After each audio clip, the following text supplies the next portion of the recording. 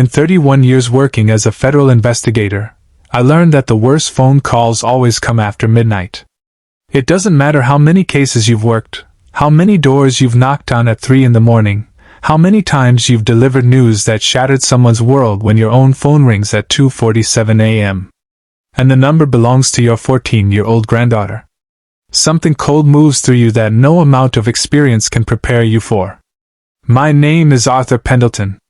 I'm 63 years old. I spent the better part of my adult life as a special agent with the FBI's Atlanta field office, working violent crimes and domestic abuse cases before retiring 4 years ago to a quiet house in Marietta, Georgia, where I planned to grow tomatoes, read books, and attend every single one of my granddaughter's school plays.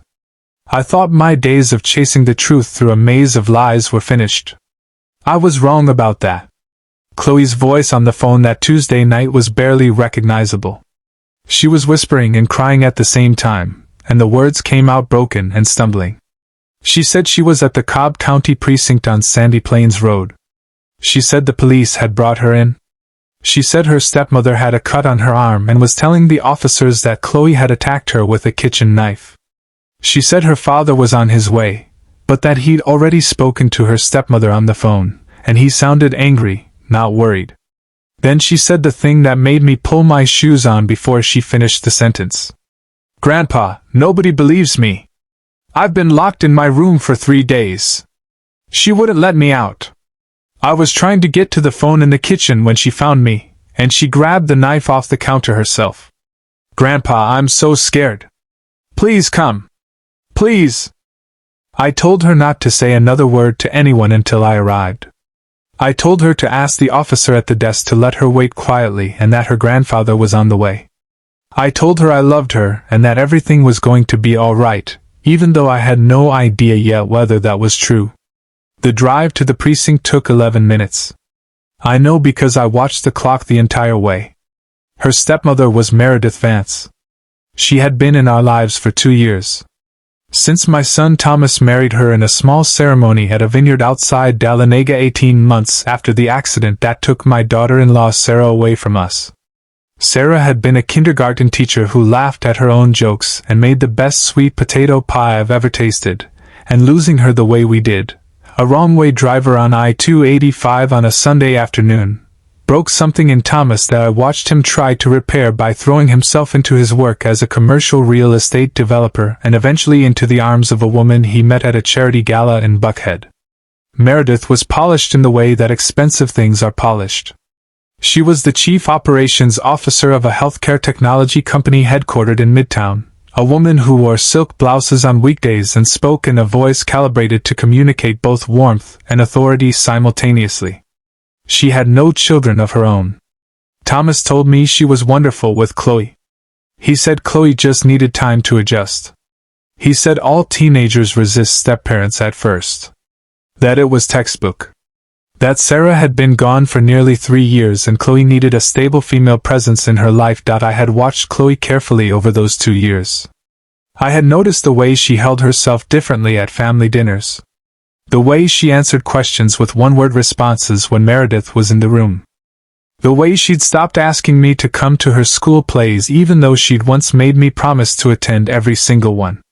When I asked her about it directly, she looked at me the way children look when they've been told to keep quiet about something, not afraid of me, but afraid of what telling me might cause. I should have pushed harder. That knowledge sat in my chest like a stone the entire drive to the precinct. The officer at the front desk was a young man named Garrett who couldn't have been more than 26. When I gave my name and told him I was there for Chloe Pendleton, something shifted behind his eyes. He told me the lead detective on the case, a man named Jason Vance, no relation to Meredith, but a man named Jason Miller, had taken a personal interest in the matter. He said it with the careful neutrality of someone relaying information they'd been told to relay in exactly that way. I asked to see my granddaughter immediately. They had her in a small room off the main hallway sitting in a plastic chair under fluorescent lighting with a paper cup of water she hadn't touched. When I came through the door, she was across the room and in my arms before I had fully registered the bruising on her face, a dark crescent under her left eye, a swollen lower lip, and something worse, something that made my 31 years of field experience snap back into focus like a lens clicking into place. Around both of her wrists, half hidden by the sleeves of her sweatshirt, were the unmistakable marks of restraint. Not rope burns, exactly. More like the kind of chafing you see when something soft, a zip tie, a cloth strip, has been worn and pulled against skin repeatedly over a period of days. She told me everything between sobs. Meredith had locked her in her room 3 days before after Chloe had tried to call her school counselor from her phone. Meredith had taken the phone. She had brought meals to the door twice a day and left them outside without speaking to Chloe directly. On the third night, Chloe had waited until she heard the television on downstairs and slipped out to use the landline in the kitchen. Meredith had come in while Chloe was dialing. There was an argument. Meredith grabbed the knife from the cutting block on the counter. Chloe grabbed her wrist to stop her. They struggled.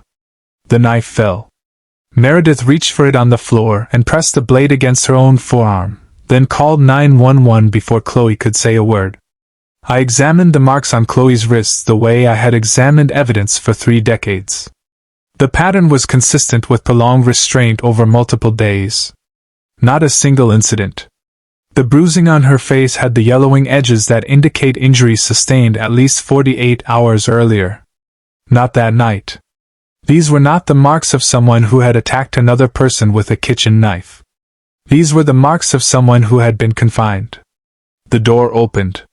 A heavy-set man in a rumpled blazer came in without knocking. He introduced himself as Detective Miller, and looked at me the way people look at someone they've been warned about but are not yet certain how to handle. He told me that Meredith Vance had been transported to Wellstar Kennestone Hospital with a laceration requiring sutures. He told me that Chloe's fingerprints were on the knife handle. He told me that Thomas Pendleton had been contacted and was en route from the hospital, where he'd gone directly upon receiving Meredith's call, and that pending Thomas's arrival, Chloe was in the custody of the department as a minor involved in a domestic incident. I told him quietly that the injuries I was looking at on my granddaughter's wrists and face were inconsistent with the events of a single evening.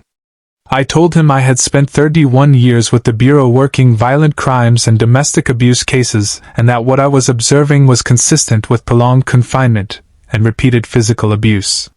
He told me that my assessment, while noted, was not official and that I was no longer a federal agent.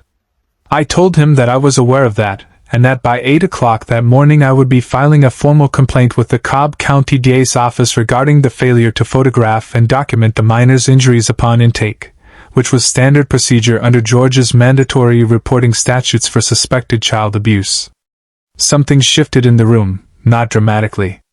Miller didn't flinch or raise his voice, but he looked at me for a long moment and then looked at his notepad, and I knew we understood each other. I spent the next 90 minutes photographing every inch of Chloe's injuries with my phone, documenting them systematically the way I would have documented any crime scene, and writing detailed notes on the preliminary intake report, which contained 3 factual inconsistencies I intended to address in the morning. I also called my former colleague at the Bureau, an agent named Rachel Sterling, who now worked out of the Atlanta field office, and left her a voicemail explaining the situation in enough detail that she would understand what I was asking when she called back. Thomas arrived at 5 in the morning. He had come from the hospital and his eyes were red, but his jaw was set in the way it gets when he has already made a decision and doesn't want to hear arguments against it. He looked at Chloe sitting next to me and his first words were not her name or a question about whether she was all right. He said, "Chloe, how could you do this?" She looked at him the way children look when the person they trusted most in the world has just confirmed their worst fear. She didn't raise her voice, she simply said, "Dad, please. You didn't see what happened." Thomas said Meredith had spent 2 years trying to make a home for her. He said Meredith had paid for her piano lessons and driven her to soccer practice, and tried to build a relationship with her, and Chloe had repaid all of that with hostility and resentment, and eventually with violence. I said, "Thomas, look at her wrists."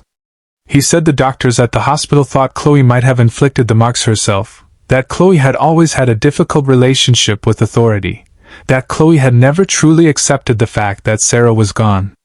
I had never in 31 years of my career felt the particular species of helplessness I felt in that room at 5 in the morning, watching my son look at his daughter's bruised face and choose not to see it.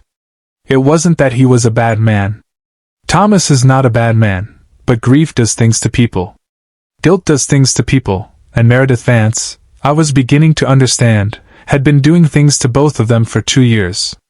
Detective Miller returned with paperwork. He said that given the circumstances, and given that Meredith had chosen not to press formal charges at this time, Chloe would be released to her parents' custody with the understanding that she remain available for further questioning. I said Chloe would be coming home with me. Thomas said I didn't have the legal right to make that determination. I said that as a Georgia resident over the age of 18 with a documented relationship to a minor who showed signs of ongoing physical abuse, I absolutely had the standing to request an emergency temporary protective order, and that I intended to contact the juvenile court the moment it opened. I said that the alternative was for Thomas to allow Chloe to spend the next several days in my home while everyone calmed down, and that if he was confident the truth was on his side, he had nothing to worry about. We stood there for a long moment. I could see him recalculating. Meredith wasn't there to guide his responses, and underneath the anger there was something else, a flicker of something he didn't want to look at directly. He agreed. Chloe would stay with me for a few days. In the car, she fell asleep before we reached the highway. I drove in silence and let myself think. I knew Meredith's type. I had spent 31 years learning to recognize it. The public image was always immaculate, accomplished, generous, devoted. Behind closed doors, the control was absolute. The manipulation was patient and methodical, and the most dangerous thing about people like Meredith Vance was not their cruelty, it was their intelligence. The first thing I did the next morning, after Chloe had slept 8 hours and eaten a real breakfast, was call my former colleague Alan Cross, who had retired from the Bureau 5 years before me and now ran a private investigations firm in Buckhead. I told him I needed everything he could find on Meredith Vance's background, with particular attention to any prior marriages or relationships involving children. While Alan worked, I drove to Chloe's school, Lassiter High School in Marietta, and asked to speak with her guidance counselor, a woman named Deborah Finch. Ms. Finch was careful and measured in the way that school administrators learn to be when they sense legal exposure, but as I walked her through what I had observed, she became less guarded. She told me that Chloe's academic performance had declined significantly over the past 18 months, that she had withdrawn from her friend group, that on 2 occasions, teachers had reported what they described as unusual bruising, which had been addressed in meetings with the family, at which Meredith had been present and had offered explanations that Miss Finch acknowledged quietly she had accepted without pushing further. I asked her if Chloe had ever attempted to reach out through any official school channel. Miss Finch paused. She said Chloe had sent an email to the school counseling department 3 weeks earlier, asking about confidentiality rules around reporting suspected abuse. The email had been flagged and reviewed. A follow-up meeting had been scheduled. Before the meeting could occur, Meredith had appeared in the front office and personally requested that the guidance counselor respect the family's privacy during what she described as a difficult adjustment period for their daughter. That was the week before Chloe was locked in her room. Alan called me back on the second day. His voice had the particular flatness it gets when he's found something that genuinely disturbs him. Meredith Vance had been married once before, to a man named Garrett Doss. No, let's call him Julian Burke, a software engineer from Alpharetta. The marriage had lasted 3 years. Julian had a son named Leo from a previous relationship, a boy who had been 7 years old when Julian and Meredith married, and 10 years old when the divorce was finalized. The custody arrangement from the divorce awarded Leo exclusively to his father. The records from the proceeding were sealed. What Alan could access were court-adjacent documents, a guardian ad litem report that had been referenced in a subsequent family court filing, which noted that Leo Burke had displayed significant behavioral changes consistent with a stressful home environment during the period of his father's second marriage, and that the child had made statements to a school counselor regarding treatment at home that were deemed credible by the court-appointed evaluator. Leo was now 16 years old and living in Alpharetta with his father. I took the Alpharetta exit the next morning. Julian Burke answered the door, clearly about to leave for the day. When I explained who I was and why I was there, he stood very still for a moment, and then stepped back and let me inside. He didn't make coffee. He sat across from me at the kitchen table and folded his hands and looked at the surface between us. He said he had tried to warn Thomas. When he heard about the engagement through a mutual professional contact about 2 years prior, he had found Thomas's office number and called. Thomas had not returned the call. When he called a second time, he reached Thomas directly, and Thomas had told him politely but firmly that whatever issues he had with his ex-wife were his own business and had nothing to do with his family. He said what had happened to Leo had taken 4 years of therapy to begin to address. He said the pattern Meredith used was consistent and deliberate, a long period of affection and apparent warmth while the partner is present, followed by escalating control, isolation, and punishment when the parent was away or distracted. He said the brilliant and terrifying thing about Meredith was that she never lost her composure in public. She was always the most reasonable person in the room, he said. She nearly destroyed my son, and the worst part was that I didn't see it until he started waking up screaming at night. I thought he was just having trouble accepting the divorce. I thought he was acting out. I was wrong about that for almost 2 years, and my son paid for it. I asked if he had documentation from the custody proceedings. He went to a filing cabinet in his home office and came back with a folder that he set on the table between us. He said he had kept everything. He said he always knew, the way you know certain things, that one day someone would come to his door asking exactly these questions.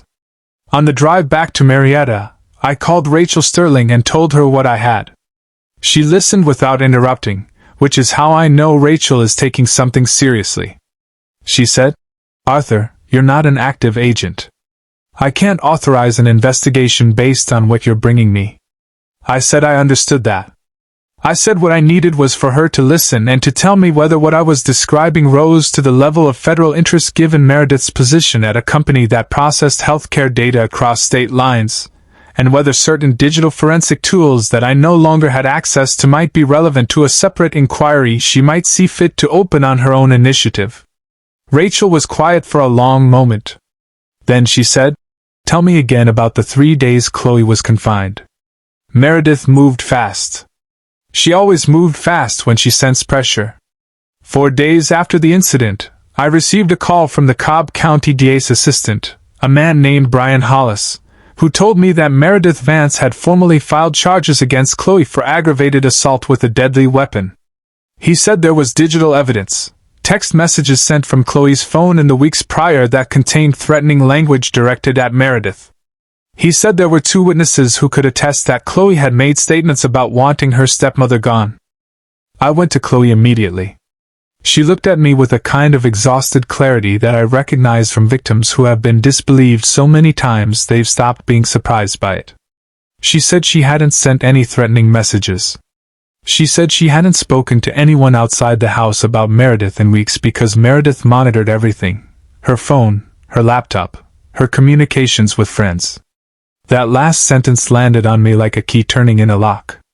I called a digital forensic specialist I had worked with during my last 3 years at the Bureau, a woman named Sandra Kwan, who now consulted privately.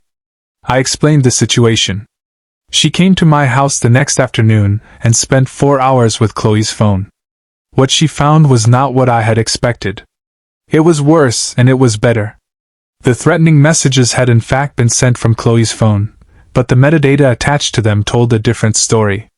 The messages had been composed and transmitted using a remote access protocol, a sophisticated piece of software used primarily in corporate security environments that had been installed on Chloe's phone without her knowledge. The software allowed a separate device to access Chloe's phone remotely, read her messages, and send new ones while the phone was sitting untouched on Chloe's nightstand. Sandra said, "This is enterprise-level software. This isn't something someone downloads from an app store. This is the kind of tool that a technology operations executive would have access to through her company's security department." I asked if she could prove it in court. She said, "Absolutely." The fingerprints on this are specific to a particular software vendor that I can identify, and the authentication logs will show what device was used to initiate the remote sessions. If we can subpoena those logs, you have her. But to subpoena anything, we needed a prosecutor willing to go to a judge. And Detective Miller had made it clear, in the careful way that people communicate these things without ever saying them directly, that the Cobb County Department's interest was in closing this case, not opening it wider.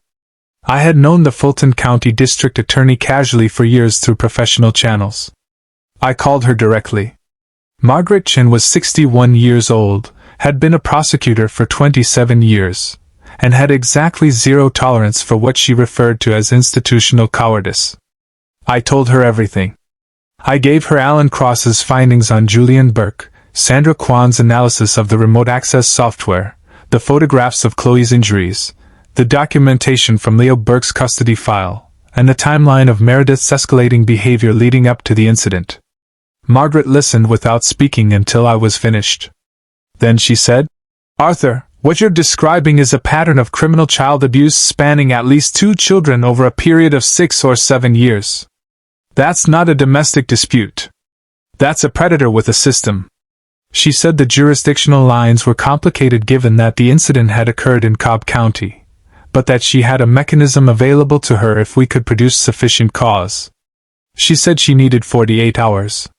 She also said something else that I filed away carefully. She said that Detective Miller's unusual level of personal involvement in the case had not gone unnoticed in certain circles. She said she had heard his name adjacent to Meredith Vance's before in the context of a charitable foundation that Meredith's company sponsored, and that had a fundraising gala the previous spring at which Miller had been notably present.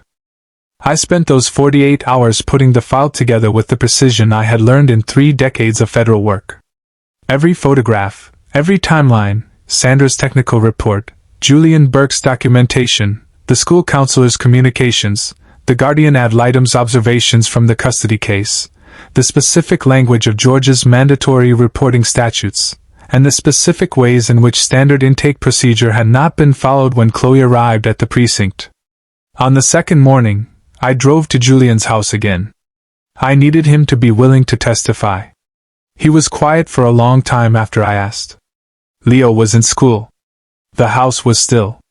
Julian looked out the window at the yard where, I imagined, his son had played at some point before the years with Meredith had taken something from him that therapy was still slowly giving back. He said, "I've spent 6 years trying to move past this, trying to let Leo move past it." I said I understood that. I said I wasn't going to pretend this would be simple or painless. I said that somewhere right now there was a 14-year-old girl sleeping in my guest room who had been locked in a room for 3 days and whose father still wasn't sure whether to believe her, and that the woman who had done it to Chloe had done the same thing to Leo, and that without Julian's documentation and his willingness to speak, Meredith Vance was going to walk back into that house and Thomas was going to let her. He said, "Does her dad know? Does Chloe's dad know about Leo?" I said, "Not yet. I'm working on that too." He said, "Tell him about Leo before anything else. A father needs to hear it from another father." I went to Thomas's office the next afternoon. I called ahead and told him it was important, and that I needed an hour. He looked tired when I arrived, tired and angry in the particular way of someone who doesn't know where to put his anger because he can feel it shifting towards something he doesn't want it to point at. I didn't argue with him. I put the folder on his desk and I walked him through it piece by piece. Julian Burke, Leo. The pattern that the custody evaluator had documented. The remote access software on Chloe's phone. Sandra's report. The photographs of Chloe's wrists with timestamps proving the injury was days old. He didn't speak for a very long time. When he finally looked up from the folder, his face had changed in a way I hadn't seen since the week after Sarah died. There are certain moments when a person understands that the architecture of a belief they've been living inside has been built on false foundations, and they have to stand very still while it comes down. That was what I watched happen to my son in that office. He said, "She called me from the hospital the night it happened. Before I even spoke to Chloe, she called me. She was crying. She said Chloe had finally gone too far. She said she'd been trying to protect me from how bad it had gotten. She said Chloe needed professional help. He stopped. I believed her over my own daughter. I said, she's very good at what she does. She had me fooled for 6 months. He said, Dad, I left Chloe in that house. I said, then let's make sure you don't leave her there again. Margaret Chin filed an emergency petition with the Superior Court of Fulton County the following morning, citing the nature of the digital evidence and invoking a specific provision of Georgia's child protection statutes. The judge granted a warrant for the seizure of digital devices belonging to Meredith Vance, including the enterprise security software server associated with her company account, which stored access logs for all remote sessions initiated from her credentials. Meredith was in a meeting at her office in Midtown when agents from the GBI, Georgia Bureau of Investigation, arrived with the warrant. The seizure was coordinated quietly and efficiently, which is how these things need to be done when the subject is intelligent and knows how systems work. The data recovered from the server was extensive. There were the authentication logs Sandra had predicted, time-stamped records of 18 separate remote access sessions initiated from Meredith's work laptop to Chloe's phone, composing and sending messages over a period of 6 weeks. There were the home security system records. Meredith had installed a comprehensive camera system throughout the house, ostensibly for security purposes, and the footage was backed up to a private cloud account registered to her company's server. The warrant covered those records too. The footage was the thing that changed everything. It ran to hundreds of hours over 24 months. The agents and the GBI digital forensics team spent 3 days reviewing it and extracted a documented record of what had been happening inside that house. Chloe being systematically excluded from meals. Chloe being spoken to in ways that never rose to screaming. Meredith was too careful for screaming, but that constituted a sustained and methodical verbal dismantling. Chloe being locked in her room and having her food slid under the door on a tray. And then, the night of the incident, captured from 2 different angles by cameras that Meredith had apparently forgotten were pointed at the kitchen, Meredith retrieving the knife from the block herself, the struggle, the knife on the floor, and then the sequence that made Margaret Chen's assistant, a 29-year-old attorney who had seen a great deal of difficult material in her career, leave the room for several minutes before she could continue working. Meredith Vance, picking the knife up off the kitchen floor, looking directly into the camera she believed was her own private documentation system, and pressing it deliberately and carefully to the inside of her forearm. She was arrested on a Thursday morning, 3 weeks after Chloe had called me from the precinct at 2:47 a.m. The charges included aggravated battery of a minor, false imprisonment, cruelty to children in the first degree, and fabrication of evidence. When the investigation into Detective Miller was completed 2 months later, he was charged with 2 counts of obstruction and 1 count of official misconduct. He had not physically abused anyone, but he had shepherded Chloe's intake at the precinct in a way designed to protect Meredith's version of events, had failed to document the child's injuries, and had attempted to delay the DA's investigation by withholding a routine intake report for 11 days. He lost his job and his pension and pleaded to a lesser charge that carried no jail time, which Margaret Chin considered insufficient but accepted as the realistic outcome of the available evidence. The trial took place 8 months later in Fulton County Superior Court. The evidence was, as Margaret had predicted, comprehensive. The security footage, the remote access logs, Julian Burke's testimony, delivered in a quiet and measured voice that carried across the courtroom in a way that made certain members of the jury visibly uncomfortable. Leo's therapist, who had treated him for 4 years and could speak to the documented psychological impact without identifying Leo by name. Sandra Kwan's technical analysis. The medical examiner's confirmation that Chloe's injuries were consistent with prolonged restraint and repeated blunt force trauma over a period of days. Chloe testified. She was 15 by then, and she wore her dark hair down, and she sat in the witness chair and she told the truth clearly and without hesitation. I sat in the front row and watched her, and I thought about Sarah, who had been Chloe's age once, and about all the things she would have wanted to say to the daughter she'd raised. When Chloe described the night Meredith locked her room the first time, the sound of the key in the lock, the specific quality of the silence that followed, there was no sound in the courtroom at all. Meredith Vance was convicted on all counts. The judge sentenced her to 14 years in a Georgia state correctional facility. Given that the conviction involved a pattern of abuse against multiple children over an extended period, the prosecutor had argued successfully for an enhanced sentence under Georgia's recidivist provisions. 14 years was not the maximum possible, but it was real and it was enough. After the verdict, Thomas stood in the hallway outside the courtroom with Chloe beside him, her hand in his, and he didn't say anything for a long time. I stood a few feet away and gave them the space. Eventually, he looked at me and said, "I don't know how to fix what I did." I said, "You start by showing up. Every day, without conditions, you show up." Chloe looked at her father, and then she leaned her head against his shoulder, and he put his arm around her, and the three of us stood there in that courthouse hallway, and I thought about all the ways truth arrives too late, and all the reasons it still matters that it arrives. 3 months after the trial, Margaret Chin called me with a proposal. She wanted to develop a formal protocol for the Fulton County DA's office, and ideally for departments across the state, governing the intake and documentation procedures for minors brought in on domestic incident charges where signs of abuse were present. The protocol would mandate immediate medical forensic examination, would prohibit officers with personal connections to any party from handling intake, and would establish a dedicated digital forensics rapid response unit specifically for cases involving juvenile victims where evidence of digital manipulation was suspected. She said she wanted to call it the Pendleton Protocol. I told her I'd prefer she name it after Chloe. The Chloe Pendleton Protocol was adopted by the Fulton County DA's office in the spring and has since been formalized as a recommended procedure across 11 Georgia counties.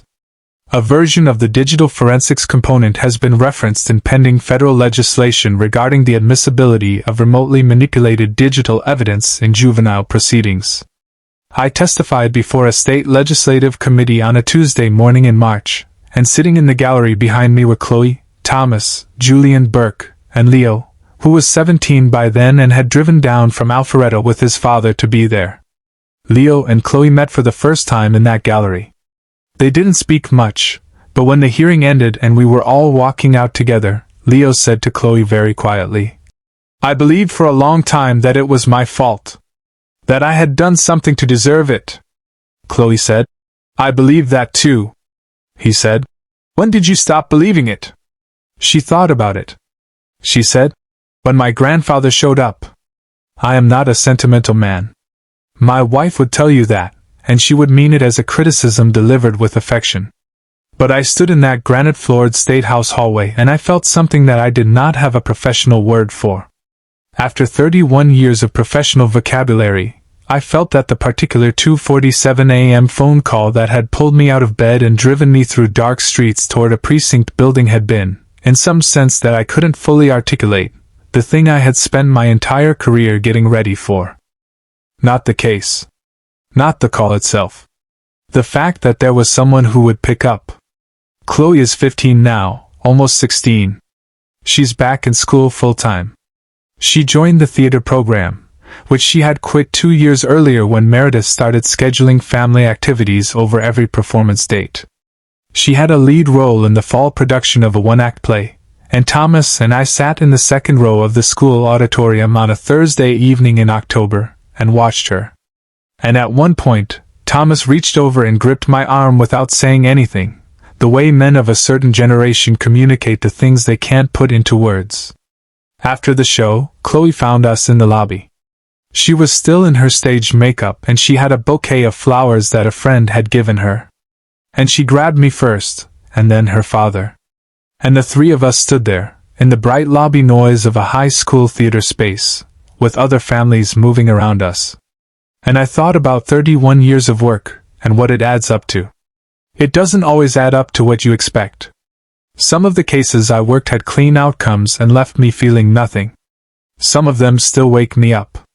The math of a career in this kind of work is not linear, and it doesn't always comfort you in the ways you think it will. But there are moments, not many but some, when the truth lands exactly where it needs to land and protects exactly who it needs to protect. And you can stand in a lobby with flowers and staged makeup, and the particular joy of a teenager who performed well, and know that on a Tuesday morning, 3 weeks before Christmas, that particular child is safe. And that some portion of what made that possible was a decision you made, at 2:47 in the morning, to pick up the phone. Thomas cooks dinner every Sunday night now. He calls it a new tradition, which is the word people use when they mean they are trying to build something over a wound. He makes Sarah's sweet potato casserole, which he learned from her recipe cards, imperfectly at first, and then, slowly, with more confidence. Chloe sits at the kitchen counter and talks to him while he cooks, which is something she had stopped doing for 2 years without either of them fully acknowledging the absence. I come most Sundays. I sit in the living room and listen to the sounds of that kitchen, the clattering of pots, the conversation drifting out through the doorway, the particular quality of ordinary noise that means a family is healing, and I think that this is what all of it was for. Not the protocol. Not the 14-year sentence. Not the legislative testimony, or the commendation from the DA's office, or the letter I received from Julian Burke that I keep in my desk drawer. The sound of that kitchen on a Sunday evening, Chloe laughing at something her father said. A family, broken and repaired, and imperfect and present. That is what the truth, when you are willing to chase it all the way to its end, can sometimes give you back. This gripping, unforgettable story of justice, family resilience, and deep forensic investigation is brought to you by the channel Reality Shock Stories.